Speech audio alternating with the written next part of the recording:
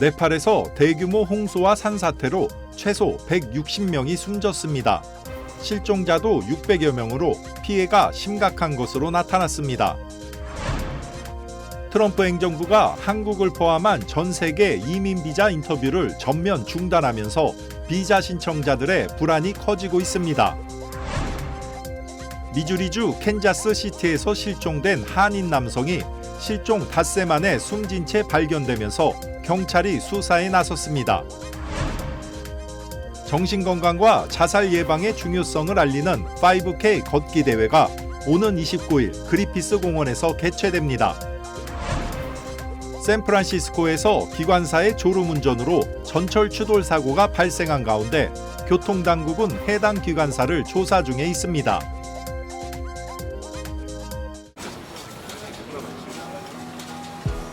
오늘의 가능성에게 내일의 금융을 쉽지 않은 도전에게 쉬운 금융을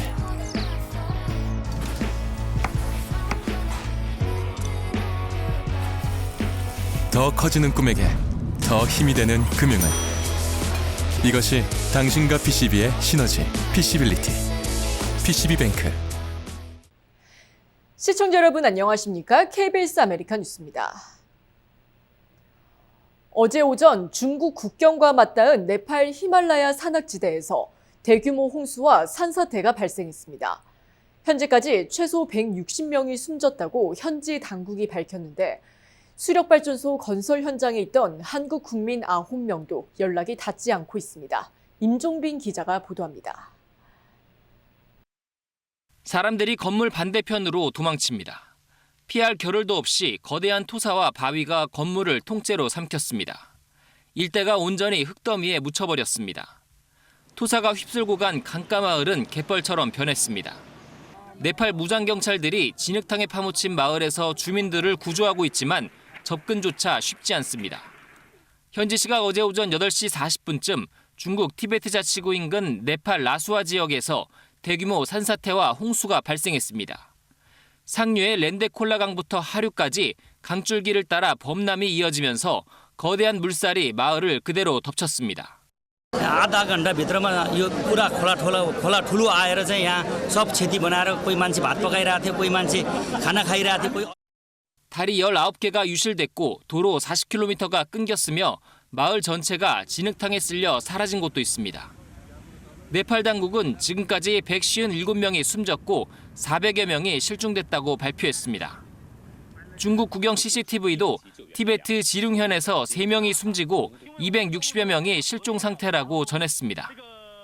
현재까지 집계된 사망자는 160명, 실종자는 660여 명에 달합니다. 실종자 가운데 외국인은 티베트 카일라스산으로 성지 순례를 떠났던 인도인이 130여 명으로 가장 많고 미국과 일본, 호주, 영국인도 포함됐습니다. 수력발전소 건설 현장에서 일하던 우리 국민 9명도 연락이 닿지 않고 있습니다. 네팔 정부는 인도와 중국에 구조 지원을 요청했고 유엔도 구호 인력 투입에 나섰습니다. 시진핑 주석이 총력 대응을 지시한 가운데 중국은 구조 인력 570여 명과 우리 돈 450억 원을 긴급 투입했습니다. KBS 뉴스 임종민입니다. 트럼프 행정부가 한국을 포함한 전 세계 국가에서 이민 비자 인터뷰를 중단했습니다. 재개 시점은 아직 불투명한데 강화된 심사 규정이 전파된 뒤 인터뷰 일정이 다시 잡힐 거라는 전망입니다. 이유수 기자입니다. 트럼프 행정부가 전 세계 해외 공간을 대상으로 이민 비자 인터뷰를 중단합니다. 국무부는 어제 전 세계 미국 대사관과 영사관에서 이민 비자 인터뷰를 중단한다고 발표하며 기존에 잡혀있던 인터뷰 일정도 모두 취소됐다고 밝혔습니다. 그러면서 앞으로 재외공간 직원들을 대상으로 글로벌 교육 프로그램이 진행될 예정이며 관련 프로그램이 마무리될 때까지 인터뷰가 진행되지 않을 것이라고 설명했습니다. 이번에 실시되는 교육 프로그램은 비자 발급을 담당하고 있는 영사들을 대상으로 진행됩니다. 미국의 공공복지 혜택에 의존할 가능성이 높은 신청자를 선별하는 기준 등 지금보다 강화된 심사 재량권이 전달될 예정입니다. 이번 결정은 트럼프 2기 행정부가 실시하고 있는 반이민 정책의 일환으로 불법 체류자를 추방하는 데 드는 시간과 노력, 금전적인 투자보다 미국 국익에 도움이 되지 않는 이민 신청자들을 처음부터 받아들이지 않는 방법이 더욱 효과적이라는 판단 아래 결정된 것으로 분석됩니다.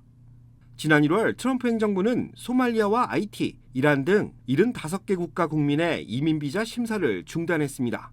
당시에도 국무부는 재외공간에 공문을 보내 관련 국가 이민비자 신청자들이 미국의 공적 부조 수혜 가능성이 높기 때문에 내려진 조치라고 전했는데 맨해튼 연방지방법원이 위법 판결을 내리면서 추가적으로 강경 조치가 내려진 것으로 볼 수 있습니다. 국무부의 이민비자 신청자 인터뷰 중단 조치가 얼마나 이어질지는 아직 미지수입니다. 또한 이번 조치가 이민비자를 넘어 비이민 비자에도 확대 적용될 가능성이 제기되면서 연수나 유학, 단기 취업을 계획하고 있던 신청자들도 긴장의 끈을 놓지 못하고 있습니다. KBS 뉴스 이우수입니다. 미주리주 캔자스시티에서 실종됐던 60대 한인 남성이 실종 닷새 만에 강가에서 숨진 채 발견돼 경찰이 수사에 나섰습니다. 캔자스시티 경찰국은 지난 20일 새벽 4시쯤 산업지역 인근 건물을 나선 후 연락이 두절됐던 62세 준 S. 김 씨가 숨진 채 발견됐다고 밝혔습니다. 김 씨의 시신은 실종 신고 닷새 만인 어제 캔자스시티 미주리강 인근에서 발견됐습니다. 경찰과 잭슨 카운티 검시관실은 김 씨의 정확한 사망 경위와 원인을 파악하기 위해 부검 조사를 진행하고 있습니다. 오늘 새벽 LA 다운타운 길거리에서 집단 폭행 사건이 발생했습니다. 피해 남성은 현장에서 사망한 것으로 확인됐고 경찰은 도주한 용의자들을 추적하고 있습니다. LA 경찰국에 따르면 사건은 오늘 새벽 0시 19분쯤 LA 다운타운 웨스트 7가 선상에서 발생했습니다. 현장에 출동한 경관과 구급대원들은 인도 위에서 30대 남성의 시신을 발견했다고 밝혔습니다. 그러나 집단 폭행에 가담한 용의자들은 이미 현장을 떠난 뒤였습니다. 수사당국은 현재 목격자의 진술과 인근 CCTV 영상을 통해 도주 중인 용의자 3명을 추적하고 있습니다. 경찰은 사건 발생 당시 현장을 목격한 시민들의 적극적인 제보를 당부했습니다. 미군이 카리브해에서 마약 밀매 고속정을 타격해 4명이 숨졌습니다. 트럼프 2기 출범 이후 해상 공습 사망자는 220명을 넘어섰습니다. 남부사령부는 카리브해 해상 경로에서 마약 수송 고속정을 정밀 타격해 밀매범 4명이 사망했다고 밝혔습니다. 트럼프 행정부 2기 들어 시작된 대대적인 카르텔 소탕 작전으로 지금까지 총 68건의 해상 공습이 이뤄졌고 누적 사망자는 최소 227명에 달합니다. 군은 이틀 전 동태평양에 이어 카리브해까지 타격 범위를 넓히며 해상 마약 차단 작전의 수위를 끌어올리고 있습니다. 중고차 가격이 급등한 것으로 확인됐습니다. 신차 가격 상승, 공급량 부족 현상이 따른 것으로 분석되고 있습니다. 에드먼즈닷컴은 중고차 평균 판매 가격이 과거에 비해 큰 폭으로 상승했다고 밝혔습니다. 출고된 지 3년이 지난 중고차 가격은 현재 32,000달러 수준인데 10년 전에는 21,000달러, 6년 전에는 22,000달러에 구매가 가능했던 것과 큰 차이를 나타내고 있습니다. 결국 같은 예산으로는 더 오래되거나 더 높은 누적 마일리지를 보유한 차량을 구할 수밖에 없는데 물가 상승 여파에 따른 신차 가격 급등, 그리고 팬데믹 직후 시작된 공급량 부족 현상에 따른 것으로 분석되고 있습니다. 에드먼즈닷컴은 중고차를 선택할 때 더 많은 예산이 필요해졌지만 너무 오래된 연식의 차량을 구매할 경우 수리비 등 소비자들의 실제 부담이 더 늘 수 있기 때문에 꼼꼼하게 비교하는 것이 좋다고 조언했습니다. 컨트리 음악의 전설이자 전 세계 팬들의 사랑을 받아온 가수 돌리 파튼이 향년 80세로 별세했습니다. 트럼프 대통령은 고인의 문화적 업적을 기리며 전국의 연방정부 기관에 일주일간 조기 개양을 지시했습니다. 졸린과 9to5 등 수많은 명곡을 남기며 컨트리 음악의 여왕으로 불린 돌리 파튼이 별세했습니다. 그래미상을 10차례 이상 수상하고 음악을 넘어 어린이 문해력 향상 자선 사업까지 펼쳐온 파튼의 별세 소식에 전 세계 팬들과 문화계의 추모 물결이 이어지고 있습니다. 트럼프 대통령은 미국의 위대한 보물이자 대체 불가능한 전설을 잃었다며 깊은 애도를 표했습니다. 이어 백악관을 비롯한 전국의 모든 연방정부 건물과 공공기관, 전 세계 미군 기지에 일주일간 조기를 개양할 것을 지시했습니다. 대중음악을 넘어 미국 문화사의 한 축을 담당했던 돌리 파튼의 별세에 미 전역이 슬픔에 빠졌습니다. 정신건강과 자살 예방의 중요성을 알리기 위한 5K 걷기 대회가 LA에서 열립니다. 이번 행사는 우리는 혼자가 아니다라는 메시지를 전하기 위해 마련됐는데요. 오는 29일 아침 8시 그리피스 공원에서 개최됩니다. 김범상 기자입니다. 죽음의 문턱에 서 있는 이들에게 당신의 손을 잡고 있는 우리가 여기 있다는 신호를 보내는 이들이 있습니다. 100마디의 말보다는 나란히 걸어주는 한 사람의 따뜻한 발걸음이 때로는 지쳐가는 마음을 다시 일으켜 세울 수 있기 때문입니다. 8월 29일 토요일 LA 그리피스 공원에서 정신건강과 자살 예방의 중요성을 알리는 5K 걷기 대회가 열립니다. 유스타 파운데이션이 마련한 함께 걸어요 행사는 9월 10일 세계 자살 예방의 날을 앞두고 우리는 혼자가 아니다라는 메시지를 전하기 위해 마련됐습니다. 특히 사랑하는 가족이나 친구를 잃은 유가족들이 세상 밖으로 나와 아픔을 나누고 지역사회와 함께 걸으며 위로를 전하는 자리입니다. 그동안 또 마음으로 이제 많이 우울하셨던 그 자살 관련 유가족들이나 또 친구를 잃은 사람들이 세상 밖으로 나와서 혼자가 아니라 함께 걸어요라는 어떤 취지로 함께 걷는 그런 정신 건강을 위한 대회입니다. 참가자들은 나는 누구를 위해 걷는가라는 의미의 I walk for 메시지를 적고 5km 구간을 함께 걷게 됩니다.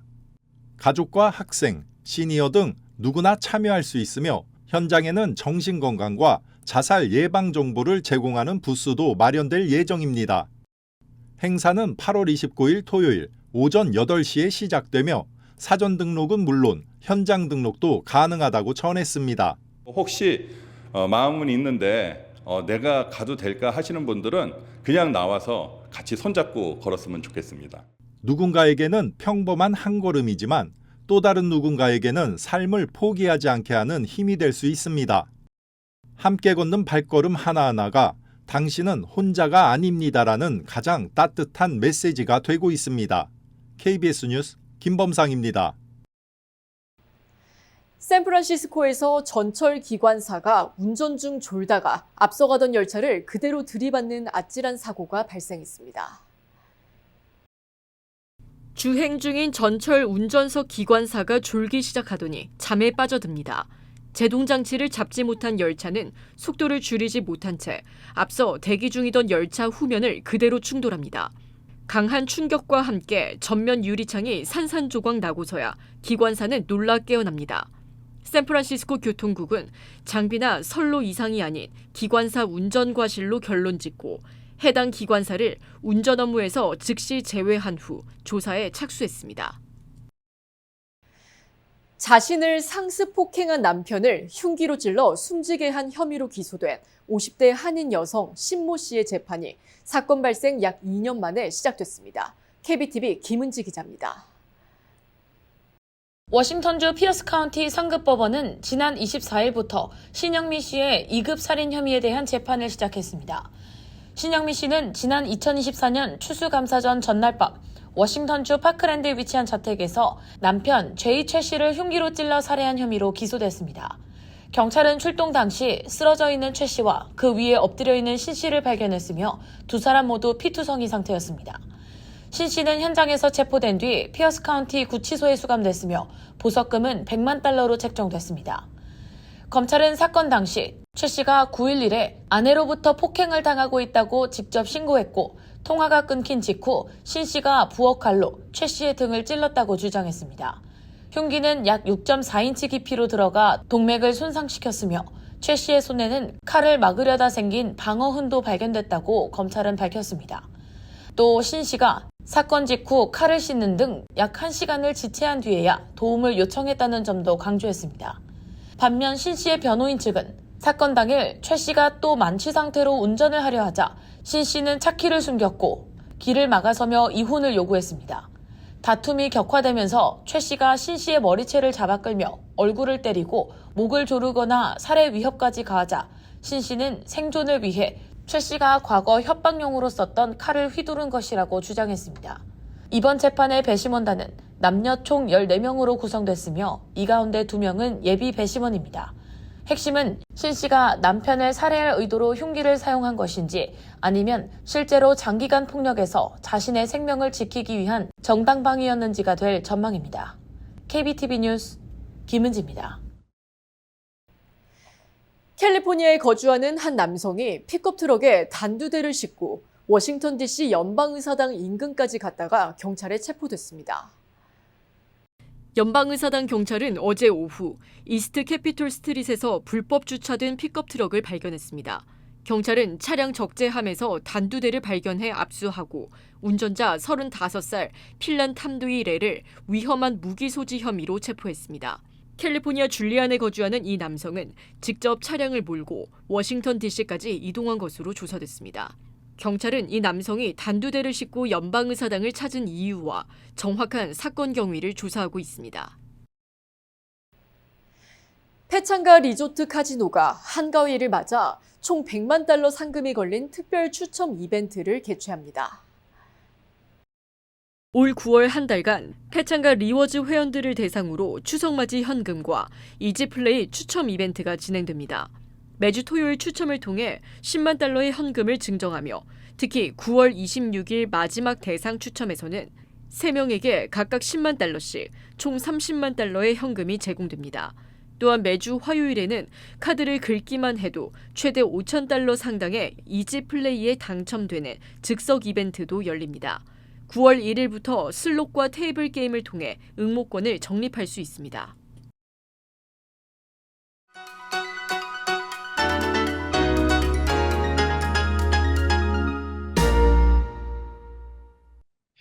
주식시장은 오늘 하락했습니다. 어제 반등이 하루짜리 반짝 상승으로 끝나며 3대 지수가 나란히 4일 만에 약세로 돌아선 건데요. 비록 낙폭은 크지 않았지만 어제 상승분의 3분의 1을 반납하며 분위기를 가라앉혔습니다. 국제유가가 강세와 약세를 오르내리고 국채금리는 3일 만에 반등한 가운데 7월 개인 소비 지출은 딱히 투자 심리를 진정시키는 호재로 작용하지 않았습니다.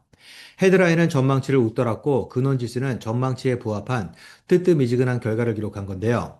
여기에 2분기 GDP 잠정치는 예상치에 부합했고 헤드라인 내구재 주문은 전망치를 2배 이상 웃돌았지만 근원지수는 전망치를 밑돈 엇갈린 결과를 나타냈습니다. 투자 심리는 개장 초부터 매도 쪽으로 쏠린 후 쉽게 진정되지 않았습니다. 결국 마감 후 발표될 엔비디아의 실적에 이목이 집중된 상황에서 어제 8일 만에 반등했던 엔비디아는 어제 상승분의 4분의 3을 토해내며 긴장감을 고조시켰고 매그니피센트 세븐도 4종목이 하락해 기술주들 간에 엇갈린 희비를 나타냈습니다. 지금까지 김재환이었습니다.